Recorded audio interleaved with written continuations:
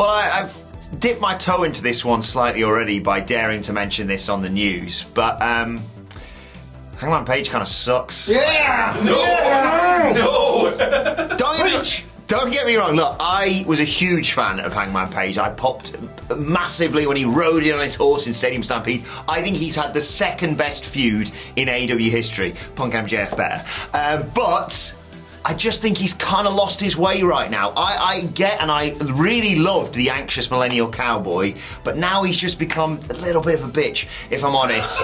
He needs to find his badass way to just start kicking ass again. I'm fed up of him faffing about with his friends. Just get on with winning titles again, Adam. What are you playing at? He's really annoying me because I think obviously he was one of the cornerstones in the early days of AEW, and it's understandable why they did it, and they spent so long. You explained to me how brilliantly that they built up this character, how they start off with him, and obviously the best tag match of all time, in my opinion, at Revolution, him and Omega versus the Bucks, and the intrigue around that, and just that, there was a moment, he just held the top rope after the match, that was it, and I was hooked. I loved every element of that, and they built up to him being the guy to dethrone Kenny Omega. Then he went into business for himself against CM Punk, and then he's lost his way since then, and I just think he needs to rediscover that spark, but apparently you're not allowed to say that online anymore. No, you're not. The casual wrestling fan. What? The casual wrestling fan to high heaven and beyond.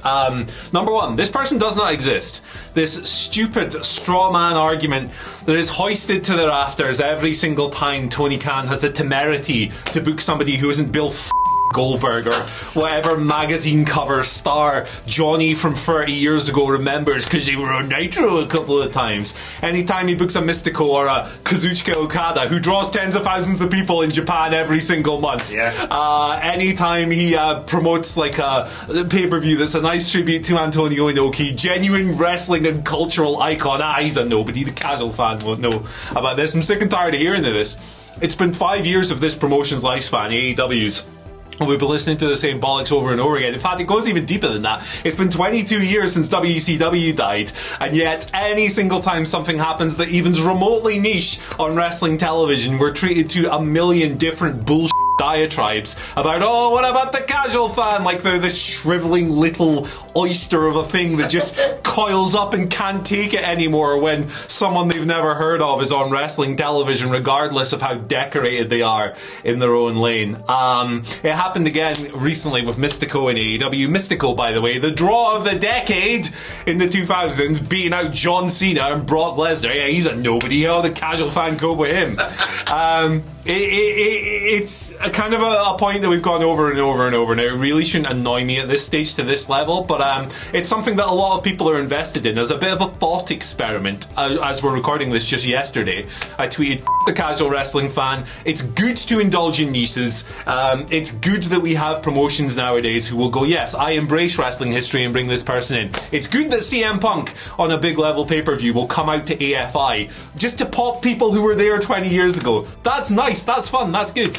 And immediately people were like, yeah, but what about the casual wrestling fan? Not everything needs to be created with mass appeal in mind.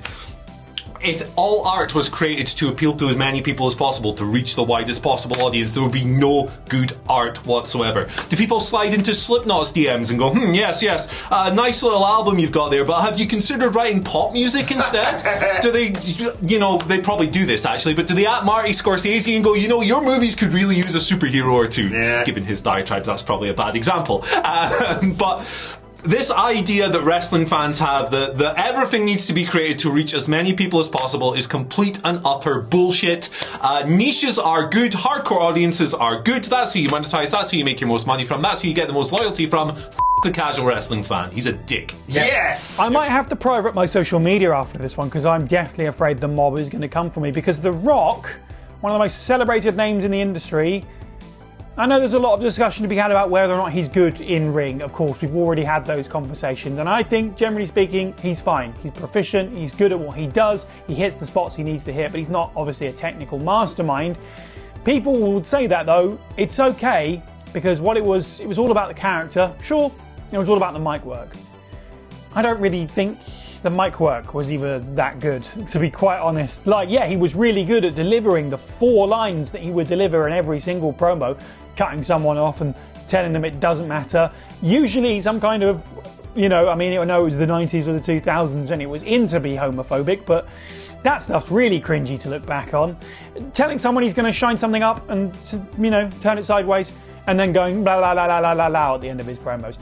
People cut down AEW, or they did early on, as it not being a wrestling promotion but a t-shirt company. The Rock is a t-shirt company. He's really good at coming up with and delivering catchphrases, but that's really as far as it went. He's a huge name in the industry. He seems like a lovely guy. I'm sorry, Dwayne, I know you're watching this and I apologise, but I just don't think he's all that interesting to watch, whether between the ropes, between the bell, or with a microphone in his hand, because once you've seen him do the catchphrases once, that's pretty much every Rocky promo ever. I think wrestling's boring. What? I just think it's a bit boring and it's finished, and I feel like for the first time since around 2017, when it really started to get interesting, that we are in what I like to call the post-everything era. I'm spoiled, I've seen it all. Everything is a millennial fan I wanted and was deprived of throughout much of the 21st century. I got, and I'm kind of full, like blood, unscripted promos, like actually good in-ring storytelling, like a promotion that embraced range and different styles. And I got War Games back when I wanted War Games, and CM Punk returned, and Danielson was allowed to be the Dragon, and Kenny Omega was a star on national television, and it was just great. And I'm just kind of bored with it, genuinely. And I know it's something that people don't want to hear, hence why I'm recording it for this specific video. Like, I hear or read from engagement accounts who also need to die that you must enjoy wrestling, nobody hates wrestling more than wrestling fans. And I'm watching AEW right now, and it's just succumbing to just everything that I've just got bored of. Like, when was the last time, I'm going to ask you a question now, right? When was the last time that you saw a heel interfere in a match, right, and thought, you bastard? Or did you just think, the booker's a coward? Like, I'm sick of having this feeling. I think wrestling genuinely needs some kind of revolution, and I'm not the person to think about that. Maybe AEW could go closer to its original vision with a sporting framework, maybe that deep statistical dive that they were going to do, clean finishes, all or nothing drama. I don't know, but I just think wrestling has genuinely peaked, and what's worrying is that, like, there was always something bubbling under the surface that I could gravitate towards when I was bored of WWE and the monopoly, like ROH tapes, PWG and the insanity in Reseda, like the resurgence of New Japan with Hiroshi Tanahashi. There was always some kind of movement going further down the line. ECW in like the late 90s, I missed the peak personally, but there was always something new, fresh, innovative. And where's that now? Where is that? Like, the North American indie circuit is just lower than it's been since I even heard of it. I just think we are post everything, and some kind of revolution is needed, because every now and then I see the face of God in professional wrestling, and it's mostly etched across Bryan Danielson's face. But really, like, I've seen it all, haven't we all?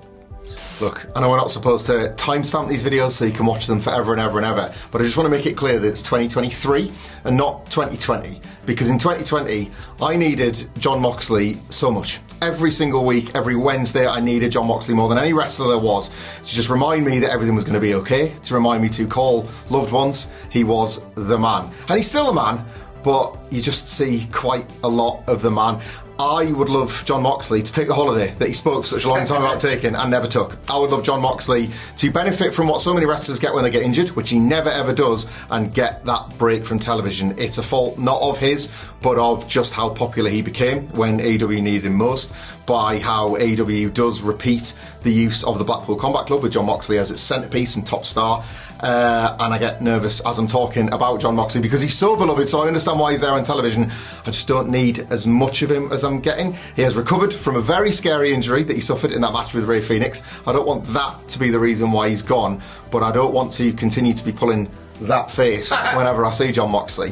And I wasn't pulling that face on that night because I was in the building that night. That was when The Miz cashed in and won Money in the Bank and became WWE Champion. For the first time, I want to feel as excited as I did that night for Jon Moxley again. It won't take much other than the tiniest break. Please don't kill me. would you say you can have 2 mocks of a good thing? You would say that.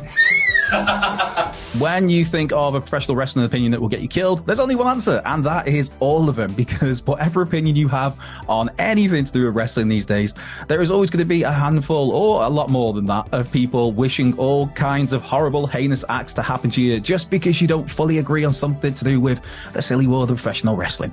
Now, other arguments are that Marty Jannetty was the better rocker, which is something I will stand by until Marty Jannetty got in Marty Jannetty's own way. But the bigger point I'm going to make here is that for me, the Young Bucks and Kenny Omega should not be AEW EVPs. Yes, relax. It's okay. I can feel the devil eyes and the evils coming through the screen. It's cool. It's all right. But for me, I just think you take Brawl out away from the situation as such, the actual fight element, because it was wrong for the Bucks and Kenny to go into Punk's dressing room. Whatever happened in the fight happened in the fight, and it was wrong for CM Punk to go scorched earth at a post pay-per-view press conference. There is wrong on both sides. There is right on both sides. For me, the bigger argument I have is that it's not so much Brawl out itself, but the following months after that, where as executive vice presidents, you are refusing to speak to your top star, your biggest ratings mover, your biggest merchandise seller, the biggest name in the company, and you won't even have a conversation with him. Now, I'm not saying that Punk was in the right. Like I said, it's just there's a professionalism there that EVP position has, where your door should be open to talent. If the Bucks and Kenny, and I don't even think that Kenny's too much to blame in this one, but maybe more the Bucks. But if those three were just wrestlers, they weren't EVPs, and they didn't want to have conversations with CM Punk, fine. But once you've got that EVP title, you have a lot more responsibility. You have to be more professional. You have to be able to be the bigger person in some cases. And they were not in that whole situation with CM Punk. So as an EVP, for you not to even want to have a conversation with your top star, regardless of your personal opinions, you should be able to leave them at the door, because it's work. You're an EVP. So for me, that's my opinion that will undoubtedly get me a whole bunch of hate, but I'm used to that in wrestling these days. But yes, that is my one. Do what you will.